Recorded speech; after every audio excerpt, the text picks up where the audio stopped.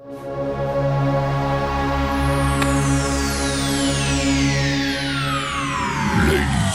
and gentlemen, may I have your attention, please? The show starts in 10, 9, 8, 7, 6, 5, 4, 3, 2, 1, go. What is going on, Birdland? Stephen Heckman here for the Final Strike Cup, brought to you by the Baltimore Battery. I hope your day is going better than the Orioles, because the Orioles just lost another series, and since June 5th, Baltimore Orioles are 1-5-1 in series. It's not looking good for us, and the sad part about it is, even as bad as we've been playing, we still find ourselves in the wild card race. I mean, yeah. I mean, you explain it to me. That's how bad the AL is. It's you really don't have too many good teams in the AL outside, the Yankees, the Rays. I mean, even Seattle. Last I saw, Seattle was sitting there one game above 500 in their division. Now Texas is in the AL West, leading it at 500. So there you go. You got the Chicago White Sox leading their division with a 524 record. I mean, the best records in baseball are coming out of the AL East. And what's sad is, if you go into the wild card race right now, Seattle holds the third place wild card race. The Yankees are actually the first wild card team, because Tampa Bay has overtaken them. So you got the Yankees, Cleveland, and Seattle holding the wild card spots, and Baltimore sits 3 games back. 3 games back in the wild card spot at 39-46 after today. I mean, as horrible as we have played this season, to sit there and only be 3 games back in the wild card race, just it's mind blowing. And it's that little bit of glimpse of hope that keeps you wondering, what to do next. We got you've got the trade deadline that's going to be coming up. I mean, we now have 13 games left until the All-Star break, which right now is much needed. We've passed the halfway point of the season. So, it's all downhill from here. We need to get our act together. We still have yet to win more than 3 games in a row. This is the team that came in. I mean, Mike Elias actually put together a good team, and the players he's gotten are actually performing. I mean, Shane Baz has pitched pretty decent for us. Lack of run support be damned, but for the most part, he's pitched pretty decent for us. Pete Alonso's been playing pretty well for us. Blaze Alexander's been doing pretty well for us. Helsley, outside of a couple opportunities, has been decent for us. Kittredge, when he's healthy, has been decent for us. I mean, Ward's been pretty consistent for us. You've got Elias went out and did what he was supposed to do, and I'm still seeing people jumping on Elias, saying that he needs to go, but Elias can only do so much. There comes a point where it's up to the manager and the players to actually take responsibility, and responsibility to fall on them. Craig Alvarez was supposed to be the manager everybody wanted. That's one of the reasons why we got him. And when we interviewed him, we jumped on him and decided to go with him, as everybody wanted him. He came with high praise from quite a few people. Other teams were interested in him, had been interested in him over the past couple of years. There was a lot of positive upside to him, apparently, from what everybody had said around the league. And, at times, there's things that he's done that have, made you scratch your head, that work in our favor. But I'm telling you what, his feel for the bullpen is atrocious. The game against the Angels, where, Trey Gibson's gone 4 innings, and then his final inning, he strikes out 3 batters, strikes out the side, and his 97, 98, and is pulled with 65 pitches because, quote unquote, we wanted to get the bullpen some work. I'm sorry, that's a questionable decision. We're here to win. We're not here just to get players some work. This isn't spring training. This isn't the end of the year where we've locked up playoff seeding or anything like that. This is we're in it to win it. If a guy's, being successful on the mound, you don't just pull him because you want to get your bullpen some work. And what ended up happening is the bullpen ended up blowing the game and we lost the game in the extra innings. And what's worse is because we lost the game in extra innings, the players we put in earlier in the game to relieve Trey Gibson weren't available at the end of the game when we could have used them in extra innings. So it backfired in more than one way and cost us not only the game, but the series. So a 5-4 road trip turned into a 4-5 road trip. What's worse is when you look at the beginning of the series against Seattle and the Dodgers, we easily could have swept the Dodgers if not for some poor management of the bullpen. And we could have easily won 2 games against Seattle. I mean, at worst, we should have finished against Seattle and the Dodgers at 4-2, 5-1 at best. And instead, we come away from those 2 series at 3-3. We can play baseball with anybody. We have the components to play baseball with anybody. The problem is there's so much inconsistency. There's so much, well, I want to get this player in, I want to get this player in. This crap going on with Tyler O'Neill and Colton Cowser to get Tyler O'Neill a couple of bats and then bring in Colton Cowser or vice versa. No, Tyler O'Neill's not producing. You don't have to bring him in just because he's getting paid $16 million. If Colton Cowser gives you the better upside, keep Colton Cowser in. And then I go back to the Angels game where Leody Taveras had to play third base for 5 innings. You had Kobe Mayo as your DH, so you couldn't put him in the field because you lose your DH. The problem I have is the fact that we had an infielder on our taxi squad and we had a catcher on our taxi squad, and we pulled the catcher off the taxi squad, which gave us 3 catchers with Adley Rutschman on the IL. So you have 3 catchers, which the one catcher, I'm sorry I'm drawing a blank on his name right now because I'm so frustrated. The one catcher played 1 game. 1 game. But because you didn't have the proper bench, you were forced to take a regular outfielder and put him in at third base. Now, he played decently. He played pretty well. But it's not something that's always going to work in your favor. 9 times out of 10, it's going to backfire. Taveras took that and ran with it, and he played a damn good position over there. And we ended up winning the game, thank God. But damn, why in the hell are you carrying 3 catchers just because Adley Rutschman's hurt? Was there something I was missing? Was there something we weren't being told? Because Baseo and Sam Huff should have been able to carry what needed to be fulfilled by carrying 2 catchers. There was no need to carry a 3rd catcher, especially for the guy to play 1 game on the entire 9-game road trip. Shorten yourself to one and less infielder, and then when you have the infielder Blaze Alexander get hurt and miss 2 games, plus you have Jackson Holliday who's out resting a sore groin, and you bring in a 3rd catcher instead of the infielder, that's a questionable move.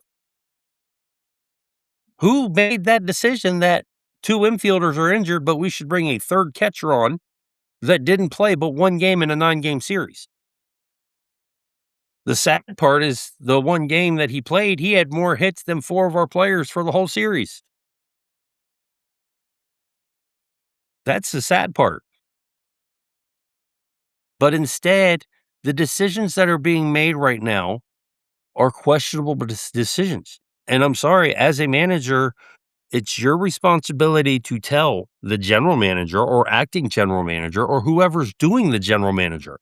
I don't know who's doing the general manager work, whether Mike Elias is training somebody to do it and they're actually running it right now and we haven't been told, or if Mike Elias is actually doing it.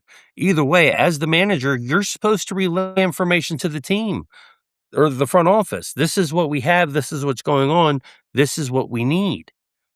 Sit down and talk. If there's no communication, there is a wall and a barrier, and that's what's going to cause a breakdown of fundamentals on the team because you're not going to be prepared for what happens going forward. As a manager, it is your responsibility to have your team ready. But if you forget to give that information to the general manager, which apparently you all talk on a daily basis, you're setting yourself up for failure. There is no excuse that you need to carry 3 catchers when you already have infielders that are hurt. Yet you keep your infielder on the taxi squad left on the taxi squad and happen to lose another infielder during the series.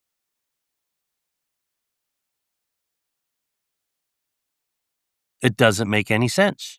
These are the things I've been talking about that aren't adding up.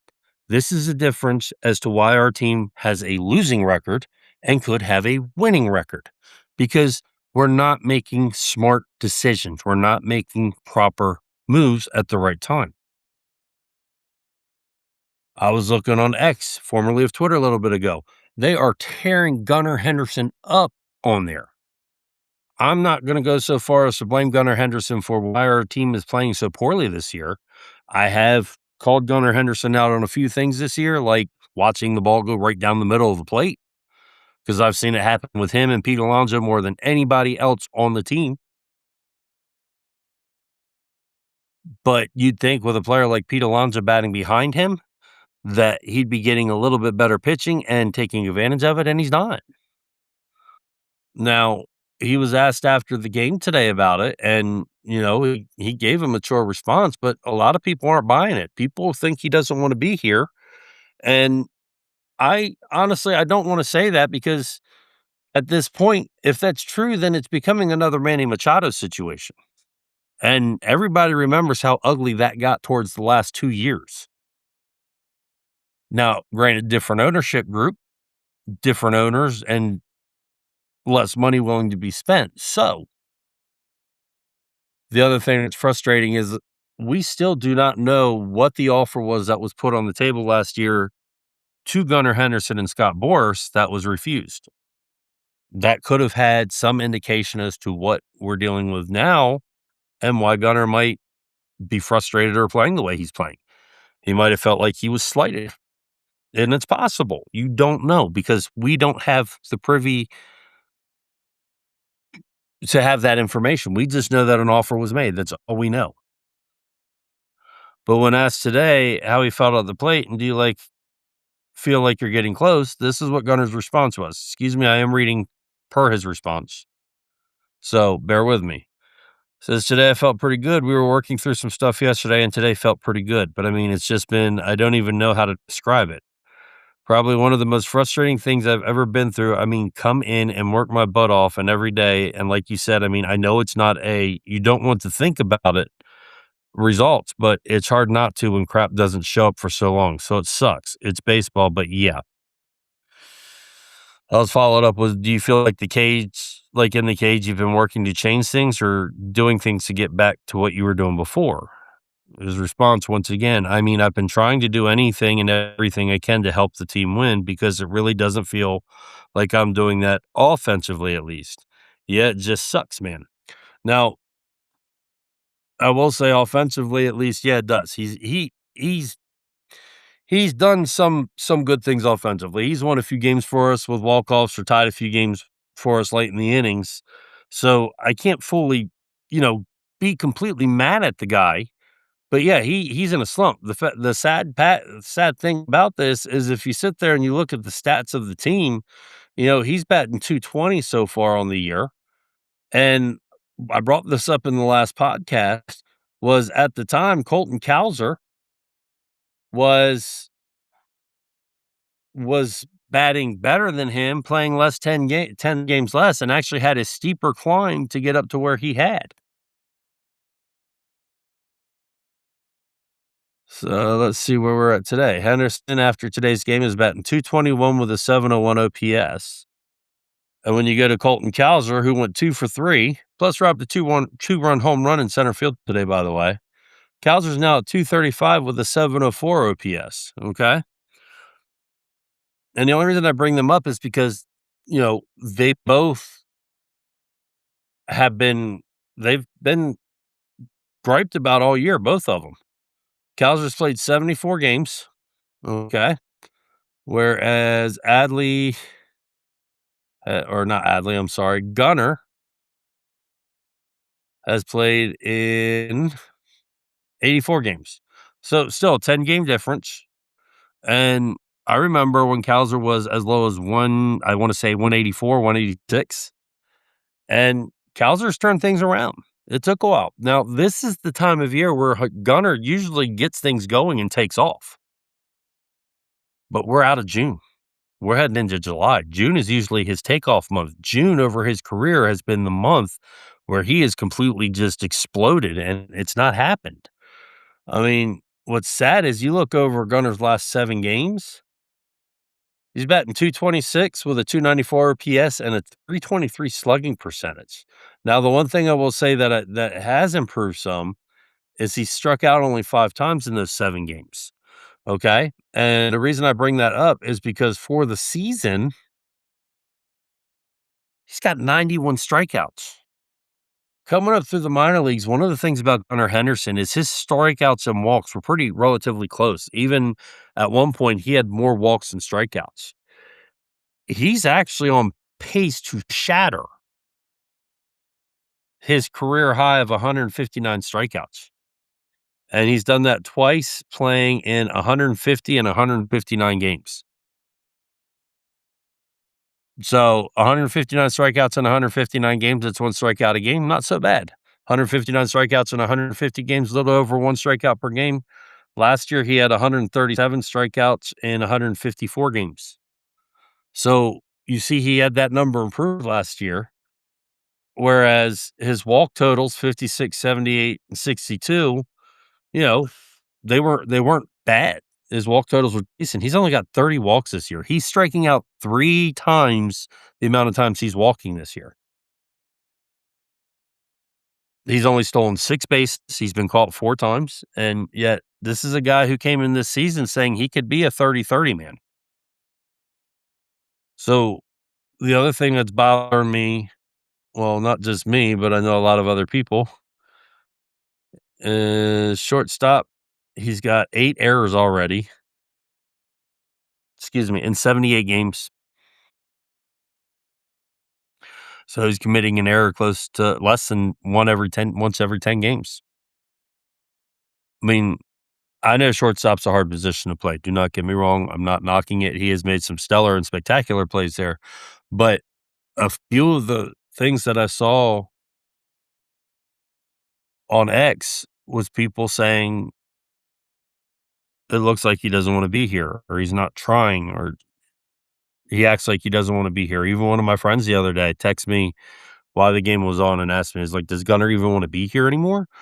And a lot of people are seeing this, and there are times where honestly where you look at him and it's nonchalant. His at bats, his play in the field, him running onto the field, it's just a nonchalant, like, "Ole, let's get this done and over with," and that was a big problem with the team at the beginning of the year, is the team was coming, "Let's go to work, let's go home." It didn't matter if we won or lost, and that's kind of where I feel Gunnar's head is right now, and I don't know if it's the frustration with how hard he is working and not getting results. I don't know if it's all the talk that's going on around that he's supposed to be the superstar and helping carry this team and he's not producing. I don't know if maybe he's just frustrated that, Pete Alonso, Colton Cowser, Kyle Bradish, even Adley Rushman are getting more attention than he is. You know, I don't know what's going on inside of his head, and the kid's got talent. I mean, he's how old is he? He's what, 24? Yeah, he's 24 years old. I mean, he'll be 25 in a couple days. Tomorrow, he'll be 25 tomorrow. So, I mean, he's still got a long career ahead of him. He still hasn't even peaked and reached his prime. But something's going on. Something's bothering him, and they got to figure out what it is. Maybe he doesn't want to be here, but I would think, one of the things I've always defended with Holiday, Westberg, Cowser, Henderson, even Grayson and Adley was the fact that they all came up through the minors together, they all won together, they won AAA championship together, that they would want to stay together because they formed this brotherhood and this family and try to re-sign together to win a championship together as a team, and then, after that, maybe go their separate ways. But, you know, uh, it's baseball. It's a business. We've had our hearts broken many times in Baltimore. I'd love to see the Gunnar we had 2 years ago. And the guy's still hitting home runs. Don't get me wrong, he's still hitting home runs. He's still driven in how many runs? 39 home runs. So, he's doing something offensively. It's just not enough. And it's not just him, it's the whole team. You got Maseo shows up in flashes. Pete Alonso, you know, he's either walking or getting on base. So, he's doing what we expected him to do. But Tyler Ward's a roller coaster. Blaze Alexander's been pretty hot lately. But even Colton Cowser, he's been on fire pretty much lately, but he's got his good and bad days. Jackson Holliday's still coming back and getting comfortable, in the swing of things. Remember, he has that hammock bone that's gone. So, there's a different feel holding the bat, but there's not many pieces that have been added that are different to this team. And that's the frustrating thing. Most of this team is the team that won 101 and 93 games, a few years ago. Our bullpen can't hold a lead.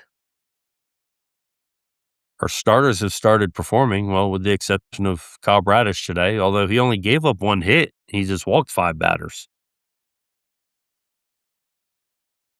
But, for the most part, our starters for the past month and a half have easily been very strong. Our bullpen, though, it's like you're walking a tightrope and you're not sure what step you're gonna take, where the rope's gonna snap. Because it's like pulling a shaky tightrope. And part of that is because we're mismanaging our bullpen. We have no set position for our bullpen. And that's the problem. You when you have set positions, it's easier to prepare yourself for it.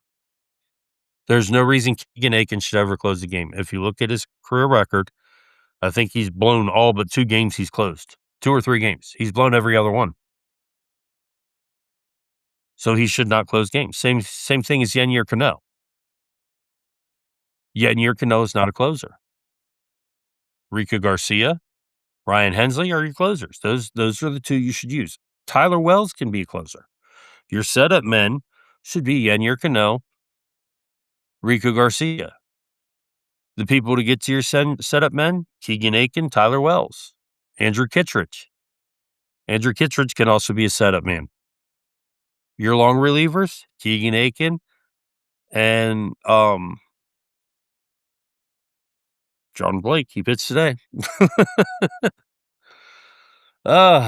He pitched today. I'm drawing a blank. Forgive me.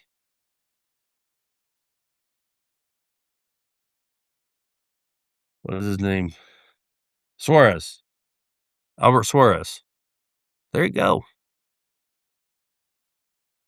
We got Dylan Beavers back, which is a plus. We got Adley Rutschman back. You got Dean Kramer, who's pretty much probably coming back within the next week. That's going to be a bump. It's going to be interesting to see what we do. Cade Povich isn't far behind. Second half, you're probably going to see Bassett. So, we only have 8 players on the IL. It's the first time since April 24th, I think, we've had that few players on the IL. So we're starting to get healthy. The problem is, can we get healthy and turn things around? And can Greg Alvarez turn things around? Because he's got to step up. We're more than halfway through a season. He should know enough about his team to know how he needs to manage it.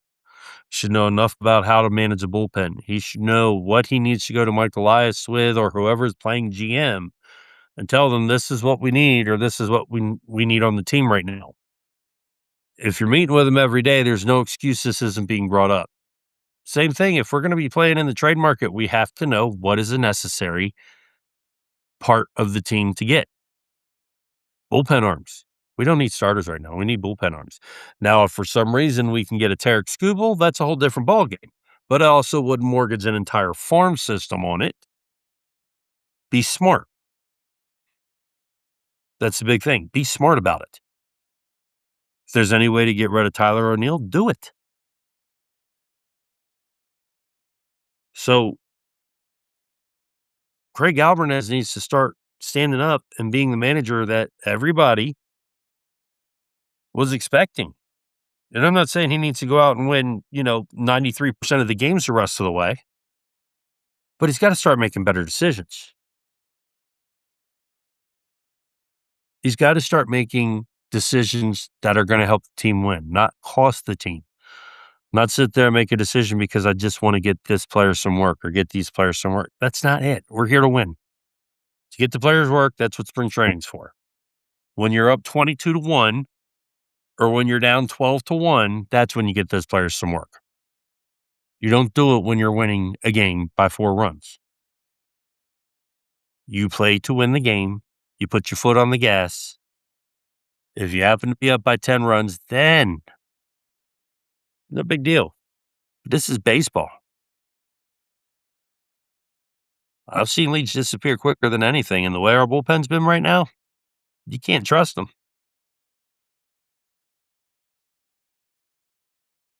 So that's where we're going to close off here. I want to thank everybody for listening.